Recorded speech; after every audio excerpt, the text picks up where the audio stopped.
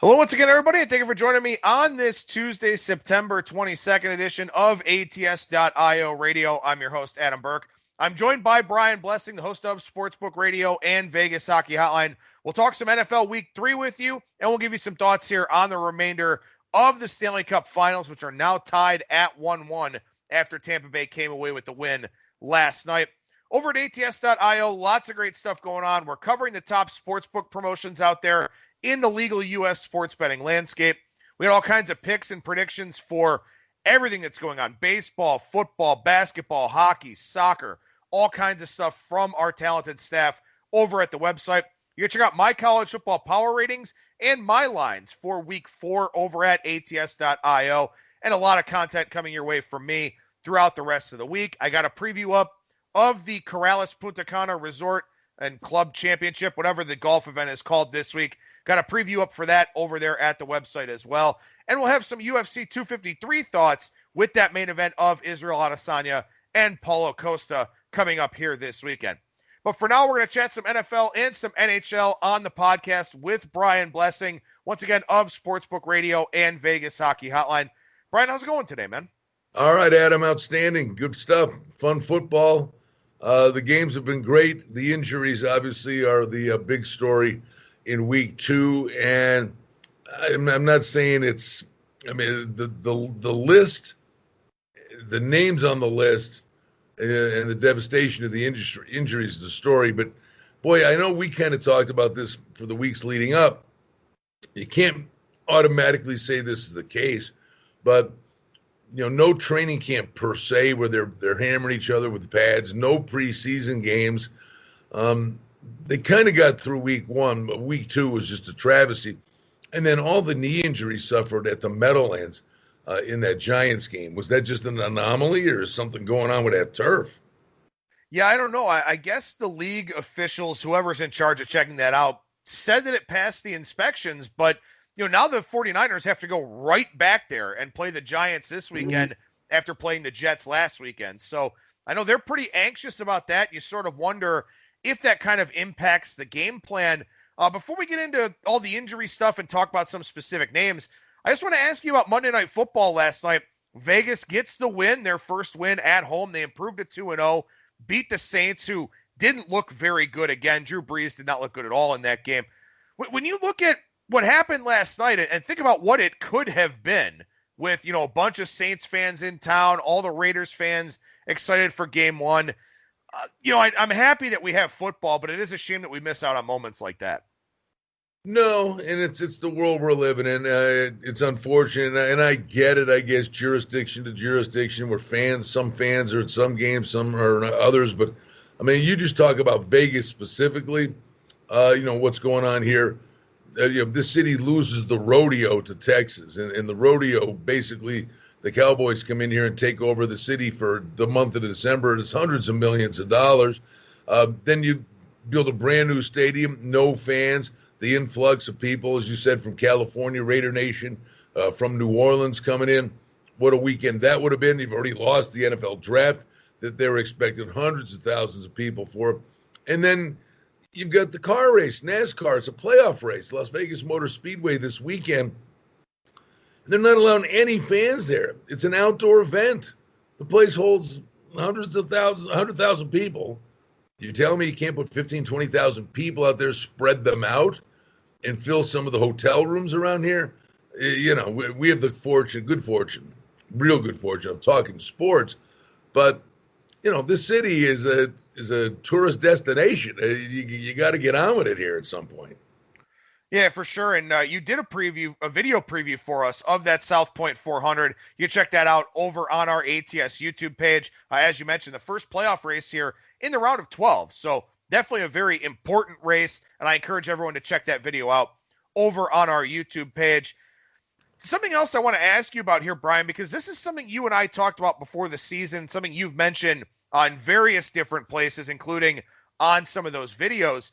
You thought that offense would be up a little bit, that scoring would be up a little bit around the league. Without the crowds there, you've got fewer false starts on road teams, probably some better third down communication, all these types of things. It was not a good week to bet unders in week 2. A lot of games went over. a lot of points being scored across the board. Do you think that's a byproduct of, some of these things without fans? Do you think it's teams making their adjustments to week one, maybe getting a little more in sync? What do you think the explanation is? And furthermore, do you think it carries over into week three? Yeah. I think the fact that the crowds are minuscule absolutely favors the visiting offenses per se, where fans aren't, on their feet, train whistles and all kinds of nutso stuff going on. And they move the sticks more, third down conversions. I have not yet dove into that, but I would think third down conversions are up. And is it just me? I've seen more teams, go for it on 4th and 1, but their own 40 or around midfield instead of punt the ball. I think there's a little more daring play calling that goes on because I think that they're not worried about those false starts and bad things happening. I do. I think it'll continue. I know once you get tape on somebody, defensive coordinators are smart guys, but listen, these quarterbacks, if they can easily communicate audibles, and I would say this, but it's one thing when the play clock's coming down and it's a monster play and there's 6 seconds left, on a play clock, and you're flashing hand signals to wideouts, and it's like a fire drill. But if the quarterback just turn it over and goes, blue 48, and it's a lot easier, and I think it's less frenetic, and I think the offenses are much more at ease because of the crowd noise. Yeah, I think that makes a lot of sense. One other thing I want to ask you about here, and then we'll start going through some of our thoughts on some of these week 2 games. A lot of books reporting heavy losses from week 2 in the NFL. A lot of places saying they got some of it back last night with Las Vegas covering against New Orleans, although that game did wind up going over the total as well. But a lot of books, global markets, and also the legal U.S. sports markets, talking about pretty big losses here for week 2. And I think that sets up a really interesting dynamic because, like I think you and I talked about a couple of weeks ago, this is the first NFL season where, a lot of the country has access to betting on the NFL. In the past, it's been just Nevada. Last year, we had places like New Jersey, late in the year or partway through the year, we got Indiana, stuff like that. But now we've got a lot of states that are dabbling in sports betting, and a lot more are coming with their budget deficits from COVID and all of that. So I guess my question to you is, how much do you think that shapes the NFL betting market going forward the next few weeks here, where a lot of the public, a lot of the high volume sides, and of course the totals too, have done really well? I think the odds makers will make their adjustment. Hey, it would have been cataclysmic too if Kansas City would have covered. Kansas City won but didn't cover. It would have been Black Sunday for the books. No, the odds makers will make their adjustments. I think, Adam, this goes back to some of the videos and podcasts we've done where usually the adjustment in the NFL is week 1 to week 2, you kind of know what you're dealing with. But in the past 4 years, we've seen how volatile a market is week to week based on the result of a game. Where, you used to be a point adjustment. We're seeing 3-4 point adjustments based on the result of a previous game, where some team had a great day, some team had a bad day, and then there's an overreaction, and the market bears it out. But I honestly believe, and this is what we talked about, I'll give you a perfect example. I don't know that they win this game. But when you're 0-2, 87% of the time you miss the playoffs. All right, there's that. One, there's an extra wild card team. But I honestly believe there are going to be numerous teams, we've talked about this, that just didn't handle training camp well and the difference of the routine. And they're going to find their groove and become a completely different team in week 3, week 4, and then we're off to the races. But I think actually knowing what we're dealing with is going to take a little bit longer this year. I'll tell you, Adam, let's just talk about the Houston-Pittsburgh game specifically. And I'm not saying Houston absolutely wins the game outright or covers the number. I think they will. But in the past, if you go 0-2, 87% of the time you miss the playoffs. we've talked about this for weeks, that I think that's going to be different. I think some teams are going to come out of the gate and didn't handle training camp and no preseason games well. And in weeks 3 and 4, the light bulb will go off. So I wouldn't just write off some teams that started badly. I think they'll find their groove and aren't as bad as they've looked to this point. And by the way, I'm a horse racing guy. It's all about class, the company you keep. Pittsburgh, good for them, 2-0, beat the Giants, beat Denver, knocked their quarterback out of the game, put 26 points up in each game. But is there really any disgrace for Houston to lose at Kansas City on a night they get their Super Bowl rings and then lose to Baltimore? And yet now, I think Pittsburgh's going to be a good team all year long. But you got a cornered rat here with Houston. And I don't think you can, discount who they've played. And there'll be an absolute level of desperation to not go 0-3 in this spot. And I don't know if that's factored or baked into the cake in the number. I mean, it certainly seems like, and we talk about overreactions and sort of looking for opportunities to play against them. That line opened in the 5.5 range. It's been bet down to 3.5 or 4 now. A lot of people probably thinking along the same lines that you are with Houston. I mean, this is a significant drop in class. I mean, Pittsburgh could be a good team. Ben hasn't looked great in the first 2 games. They've got a very good pass rush, and maybe that's what you worry about with Deshaun Watson and that Houston offensive line. But yeah, you have to, and I do this a lot with college football too. You can sort of draw a line through a lot of performances and say, you know what, they faced an option team, or you know what, that was a terrible spot off a multiple overtime game, something like that. I'm not going to overreact to that. Or, hey, they played someone that was a lot better than them. And for Houston, they played the 2 best teams in the AFC, quite possibly the 2 best teams in football in the first 2 games here. Pittsburgh could be good, but they're sure as hell not Kansas City or Baltimore good. Yeah. And honestly, the very good pass rush thing, you're right. But against a guy like Russell Wilson or Deshaun Watson, that can be a double-edged sword because, yeah, they've got a great pass rush, so they'll still play man coverage and get aggressive on defense. But once or twice a game, if not a few more times than that, a guy like Watson will evade that pass rush, buy some time, and big plays are still a very realistic possibility, once he gets away from that pass rush. And honestly, I just think, Watson knows their season is on the line this week. Something I wanted to do here is we do a highlight video for our ATS YouTube page. We just talked about Houston and Pittsburgh, and that's why you should listen to the full audio version of the ATS.io radio podcast. But Brian, as we look up and down this week 3 card here, and I'm joined by Brian Blessing of Sportsbook Radio and Vegas Hockey Hotline. As we look at the week 3 card, you and I were talking about this a little bit before we started recording here.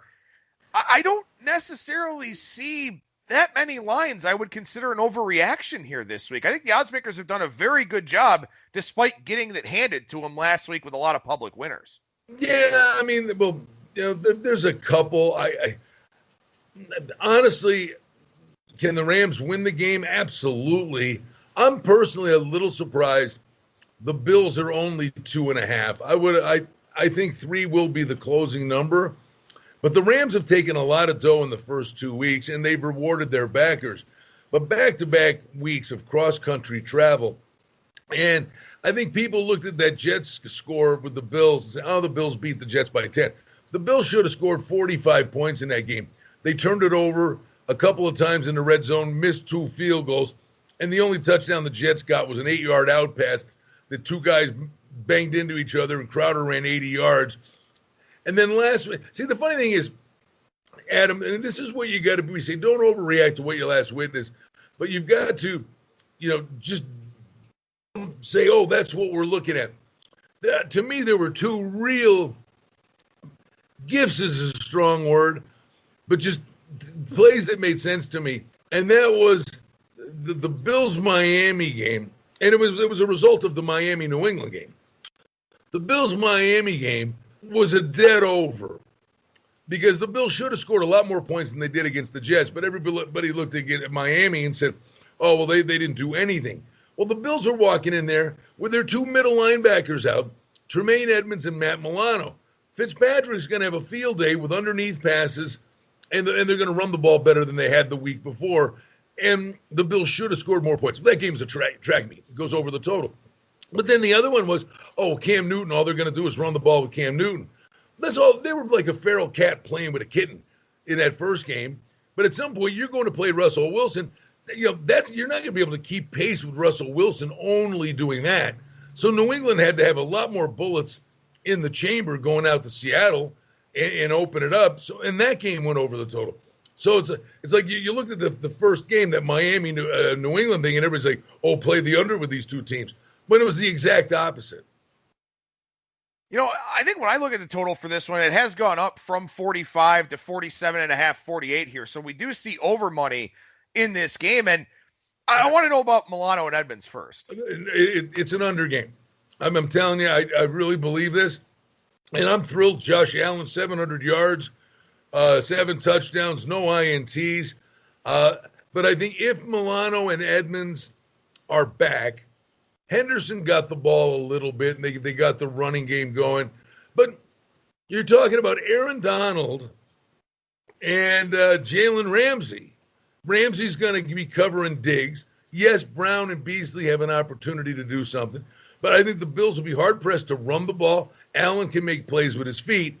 But I also think the cross-country travel back-to-back weeks, this could be a Rams team that maybe is a bit fatigued in the second half.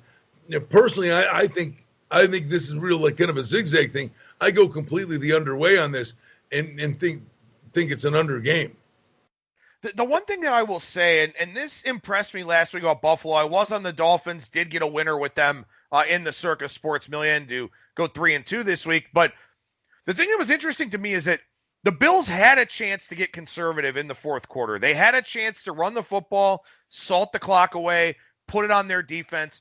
And they didn't. They kept attacking. They kept going vertical down the field with Josh Allen. And I give them a lot of credit for that. And I don't know if it necessarily has an impact on the total for this game specifically. But what it does tell me, it tells me two things. One, they believe in Josh Allen. They trust Josh Allen now. They will put the game in his hands and feel comfortable doing it. And two is that I think McDermott just in general feels more comfortable as a head coach, feels more comfortable with his personnel. Buffalo didn't cover last week. And if you just look at the result, they didn't look great against the Jets, although they did cover in that game. But to me, I think what this shows is that Buffalo is a pretty good team. And I was a skeptic. I was unsure about them. But the fact that they're playing a more aggressive brand of offensive football here leads me to believe that they believe in that side of the football, and it makes them a play-on team to me. Oh, listen to me. I learned more about a team. I don't know if they won, they didn't cover. Okay. They were down in the fourth quarter on the road. And I'm watching the broadcast and whoever was doing color on the game, and I'm like, have you ever watched these guys play? He's going, Josh Allen has, done this and this for 3 quarters. The question is, in his development, can he step up? Can he do it in the fourth quarter? In the first 3 years, the kid has, I think, 9 game-winning drives and 7 fourth-quarter comeback wins. He never shies away from the moment. Whether he gets it, and there was another one, I don't know if you remember the game a couple years ago, he single-handedly scrambled around all by his lonesome on the last play of the game against the Dolphins, threw it across his body like 60 yards, and Clay, it was underthrown by about 2 inches, and Clay, the tight end, dropped the ball on the last play of the game. I mean, this kid's remarkable. I as a Bills fan, I couldn't be happier. So what else are you looking at here in week 3? Any other games kind of jump off the board to you? Well, I would just say to you,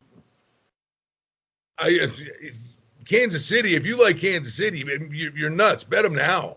I mean, this number's 3.5. It's going to get to 3. Home field advantage conceivably could be on the line down the road. I mean, it's the game of the year. It's the game of the year in week 3. Kansas City and Baltimore, and these two guys putting on a show. I see the 3.5. I think you got, and well, what? Because Kansas City was life and death to beat the Chargers. It's a division game. It's a road game. There's familiarity when you get in a division game. So I think this number is an overreaction to the Chiefs needed overtime to beat the Chargers. And oh, by the way, I mean, this is stuff we talk about every day. You think Kansas City maybe was looking ahead the next week? I mean, this number should be Baltimore 3, get on with your day. Yeah, I think that's a really interesting game, and I think one of the big injuries, and we talked about it yesterday on the show, Tavon Young, the slot corner for Baltimore, that's a matchup that Andy Reid will probably try to exploit as much as he can, and we see that total going up here from 52 to 53 and a half. Let's see. Oh, by the way, who's the slot receiver for Kansas City? Generally, Sammy Watkins. Actually, it's Tyreek Hill. I think if you watch their setups, I think it's with Watkins is more on the outside. I think like 70% of the plays, Hill's running out of the slot. I mean, Tyreek Hill could go off here. Well, and that's the thing, too. I mean, they have options. They could even put Edwards-Helaire in the slot if they wanted to a little bit. They'll probably move Kelsey all over the field. And that's what I love about games like that. I know it's a marquee signature Monday night game that everyone's going to bet on because it's, in that time slot. But I just love watching the chess match. I mean, these are two phenomenal head coaches. These are two brilliantly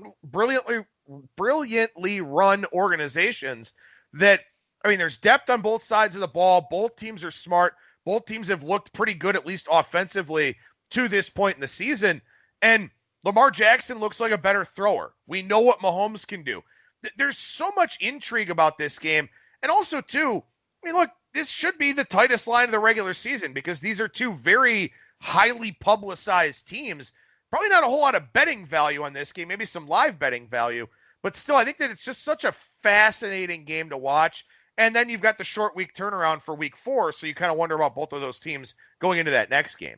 By the way, and I don't know what to make of the game yet on the short week, and I don't know what to make of Vegas still, the Raiders. But New England laying 6 to the Raiders, short week, traveling cross country. But I got news for you, and I say this all the time.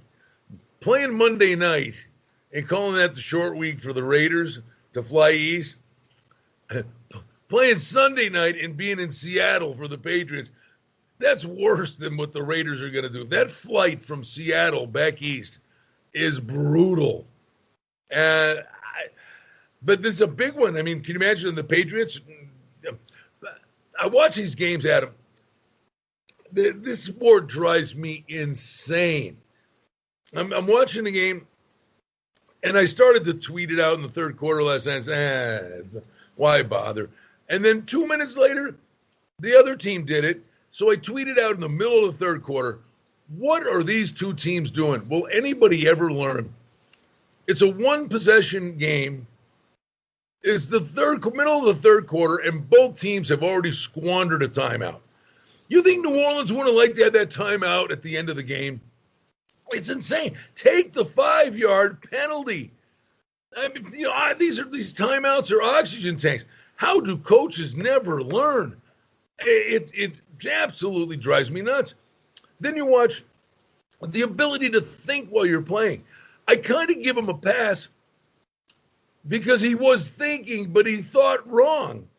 Remember the play years ago when Brian Westbrook's running for a touchdown and he laid down at the 5? They were up 1. He goes in and gets a touchdown. Well, wait, the game wouldn't be over. But the other team had no timeouts. He laid down on the 5. The game was over. Brilliant, smart move. Fantasy players went nuts. Chris Carson the other night, they're trying to ice the game. It's first down with 2:07 remaining in the game. He runs around the right edge. He's got a full head of steam. He's gained 6 yards. If he puts his head down and cuts up field, he probably gains 9. He lays down. Well, he lays down, and there was the 2-minute warning. The clock was going to stop. Had he kept running, he'd have got it there. He probably would have gained 9. He may have got the first down, but it would have been second and a foot, and they'd had 2 chances to ice the game. Instead, they didn't get the first down and gave New England the chance to win that football game because Carson was trying to do the right thing, but he misread the situation. Had he kept running, that game was over. It's amazing how one little play impacts so much, and these guys' situation just don't get a grip on it. Yeah, it really is. And, that's something that I really watch closely when I watch an NFL game. I want to see the decision making. I want to see the play design. I want to see what these guys are thinking. I was tweeting during the Browns game last week against the Bengals on Thursday night.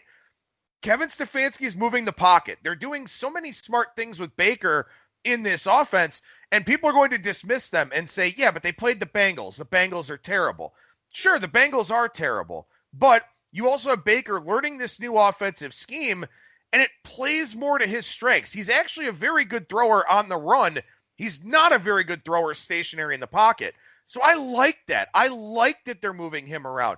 So when I see that the Browns are playing the Washington football team this week, and I know that Washington's secondary isn't very good, but their pass rush is good, I start thinking in my head, I just watched Kevin Stefanski move the pocket around. I just watched Stefanski run, the different plays with Chubb and with Kareem Hunt. I just watched Stefanski do a lot of things that should help neutralize a pass rush. Am I going to lay 7 with Cleveland? I don't know about that yet, but I start looking at the total for that game. And even though the Browns are getting some pieces back in the secondary, I start thinking to myself, they can move the football on Washington. They won't be 3rd and 14, 3rd and 16 like the Eagles were regularly in week 1. So those are things you can pick up while watching, that maybe you don't see in a box score, but you'll see from the coaching tendencies, from the decisions that are made, all those types of things. And it's so much fun just to be talking about this and breaking these things down. I would throw another thing in on that game. Here's Cleveland laying a touchdown. They were home, played a Thursday night game, extra time to prepare. Washington plays on the West Coast, has to fly all the way home, then start preparing. A big edge for Cleveland just with the intangibles of rest and travel. Yeah, it's an excellent point. And especially, too, you've got that first-year head coach in Stefanski. The extra prep time helps.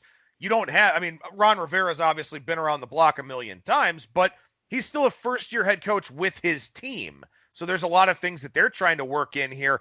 And even, too, you think about it with Jacksonville here this week on Thursday night against Miami, first-year offensive coordinator in Jay Gruden, but it's working. They're moving the football. They're not moving it in big chunks, but they are moving the football when they get opportunities. They're doing a lot of quick passing, getting their wide receivers out in open space, letting them try to make plays, not putting too much pressure on Gardner Minshew to make all these hero throws.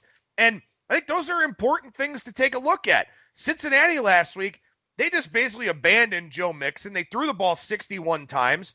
You think about that for their game against Philadelphia this week. What does that mean for Cincinnati's game plan? It helps to be able to watch as many games as possible.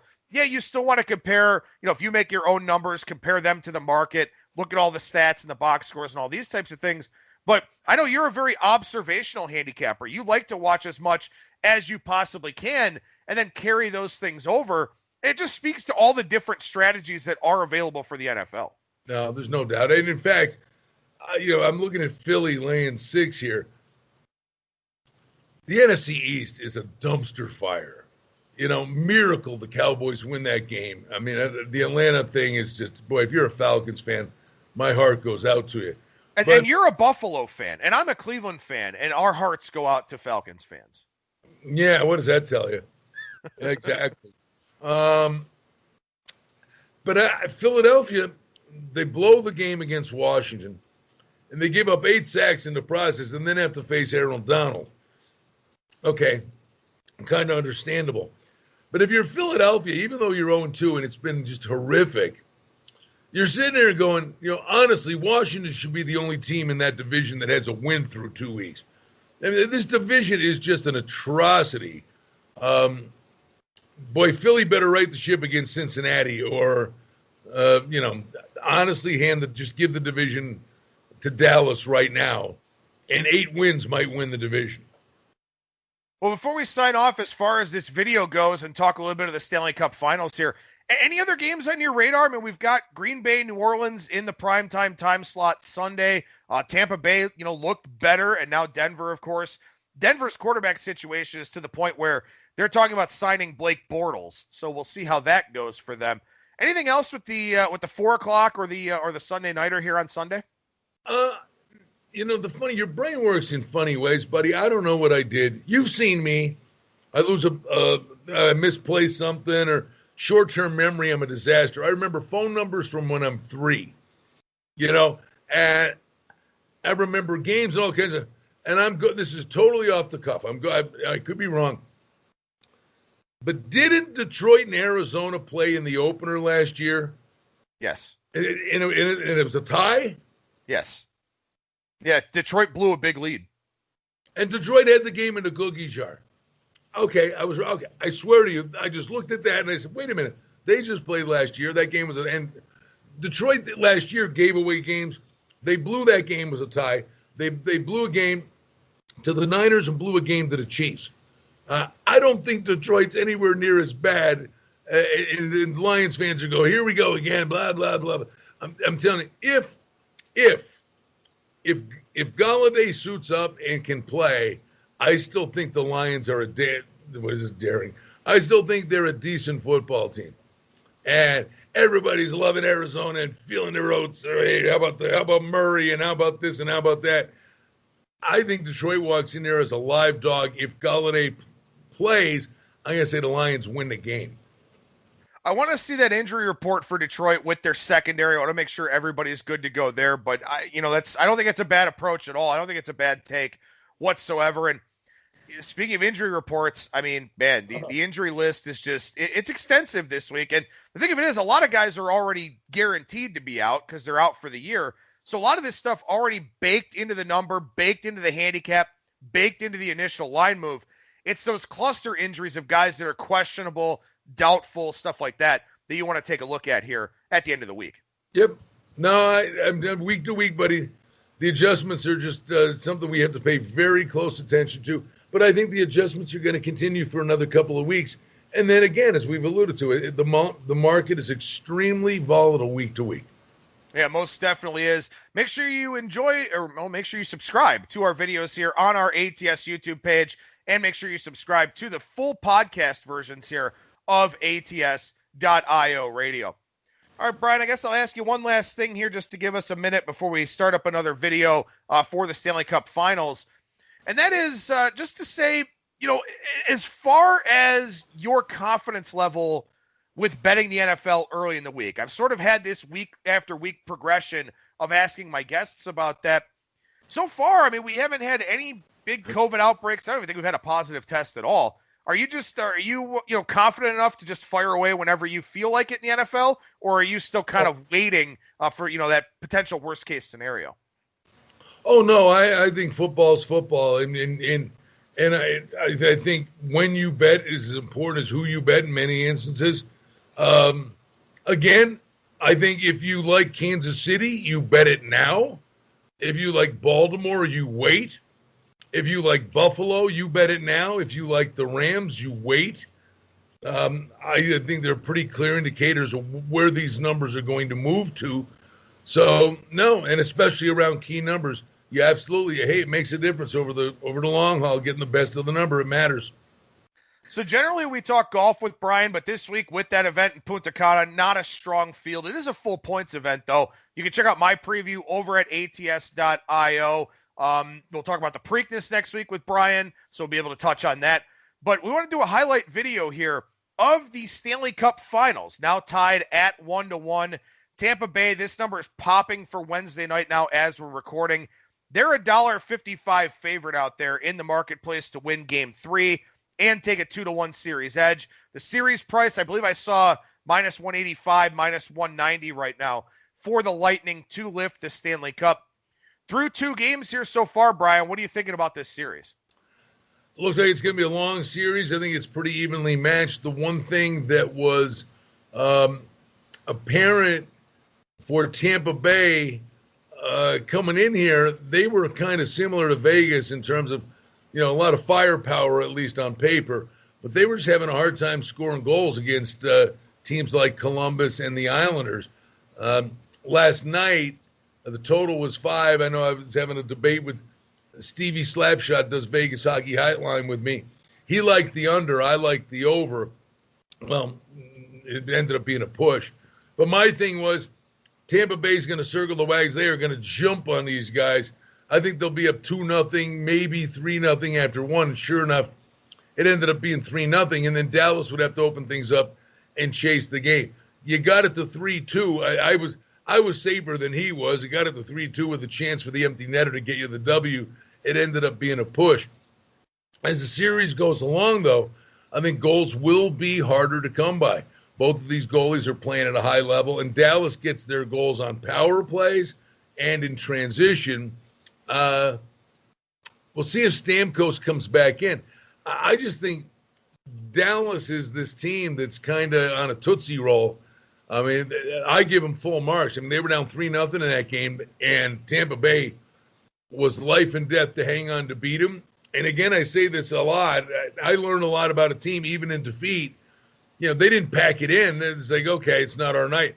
You know, they came back at them, just like the Islanders did. Not an ounce of quit in Dallas. And Dallas is a really interesting counterpunch kind of team. This is a coin flip now. Honestly, I think for sure, I think we're going 6. And through 2 games, I could see this being a 7-game series.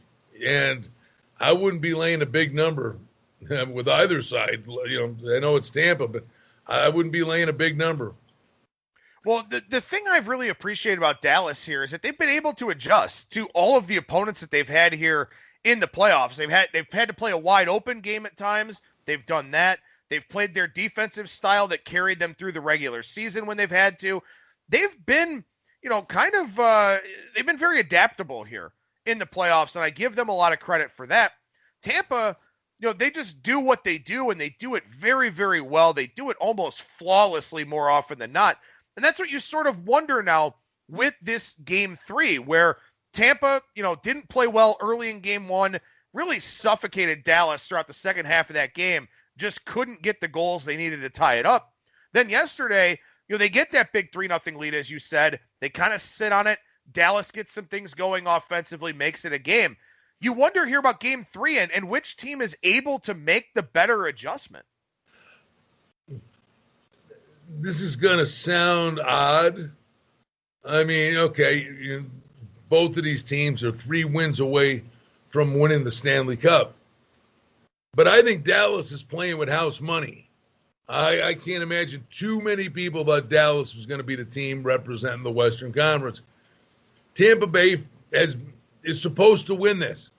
They had the historical season last year, coughed it up, swept by Columbus, make all the ads, get marooned, get tougher, mean, nasty attitude, come through the East. They're supposed to win this. And I know there's a lot on the line, but if there's such a thing, I think the pressure's really on Tampa Bay because they had a historical season last year and didn't get it done. Because you got to start looking at the window because they got to sign Sergachev. Are they going to be able to keep Cirelli? Stamkos, you know, can't stay on the ice. They're going to have cap issues. I mean, Tampa Bay is like, we better do this. I mean, we're really good, but how long can we stay really good? I think the pressure is clearly on Tampa Bay.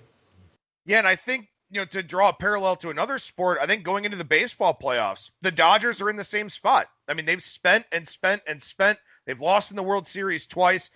It's literally World Series or bust for the Dodgers. And I think Tampa Bay is sort of in that same spot here. And you do wonder, as this series goes along, does that cause them to tighten up a little bit more? Sure. And as you said, look at unders or even look at Dallas to pull the shocker. Absolutely. I mean, like they're out here talking Vegas. Oh, they couldn't score on Demko for a couple of games, and then they couldn't score against Hudobin.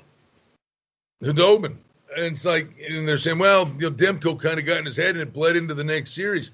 Sometimes these guys overthink, and when you think, you get yourself in trouble. We just talked about Chris Carson thinking.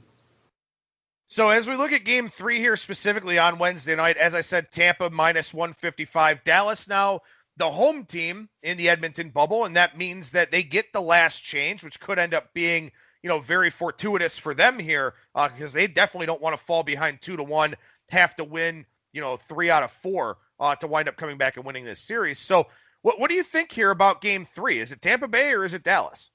I would give the last change if you're looking for a difference maker. Especially the first time because coaches will adjust once they know what other coaches do. Don't sleep on the importance of the last change, because we watched Bonus have really good success against Vegas. When he got the last change, he consistently was able to get Radulov and Ben out there against Vegas's fourth line. And that happened when he had the last change. So this is advantage Dallas because of the last change, but only because it's the first game with the last change where he's going to have the opportunity to really get the matchups he wants. So I would lean Dallas.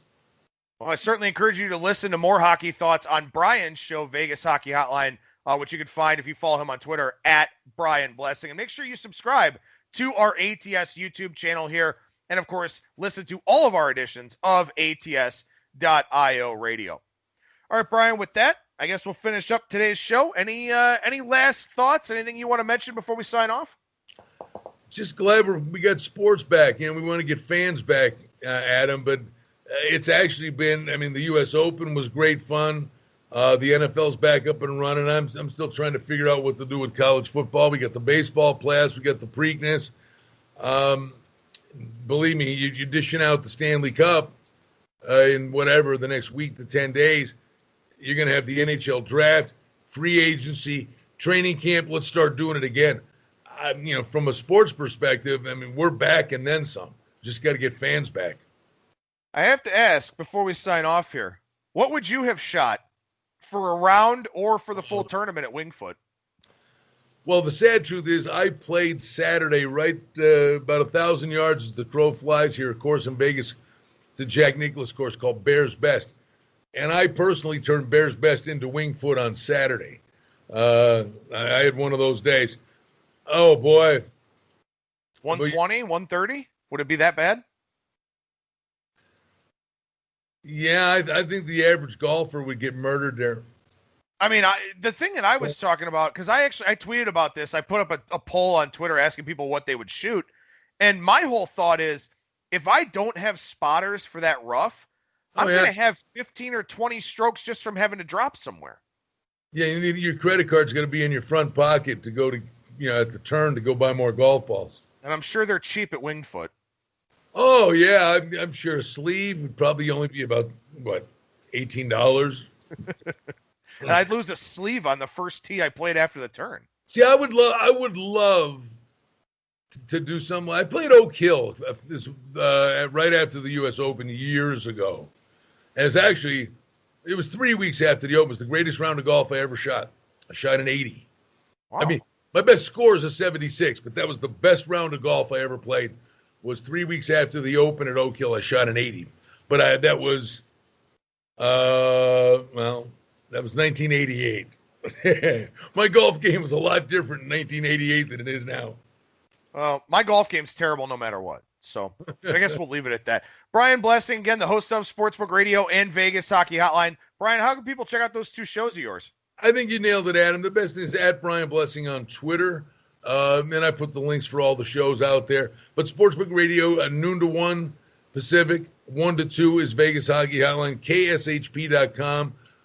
There's a listen live function on the website there. And we get the top sportsbook directors here in Las Vegas on Sportsbook Radio, both sides of the counter. Today on Vegas Hockey Hotline, Dennis Bernstein from thefourthperiod.com. God bless this guy. He went through the quarantine, 14 days in a hotel room to go to the final. And we'll get Dennis's perspective on what it's like in that building, just how eerie is it. And we get great guests in the hockey world. So we have great fun with that on a daily basis. Love doing this with you. We've got videos for you on NFL and NASCAR this week. So it's just a busy time, bud. Yeah, most definitely is. Once again, that's Brian Blessing, sportsbookradio.com, kshp.com, at Brian Blessing on Twitter.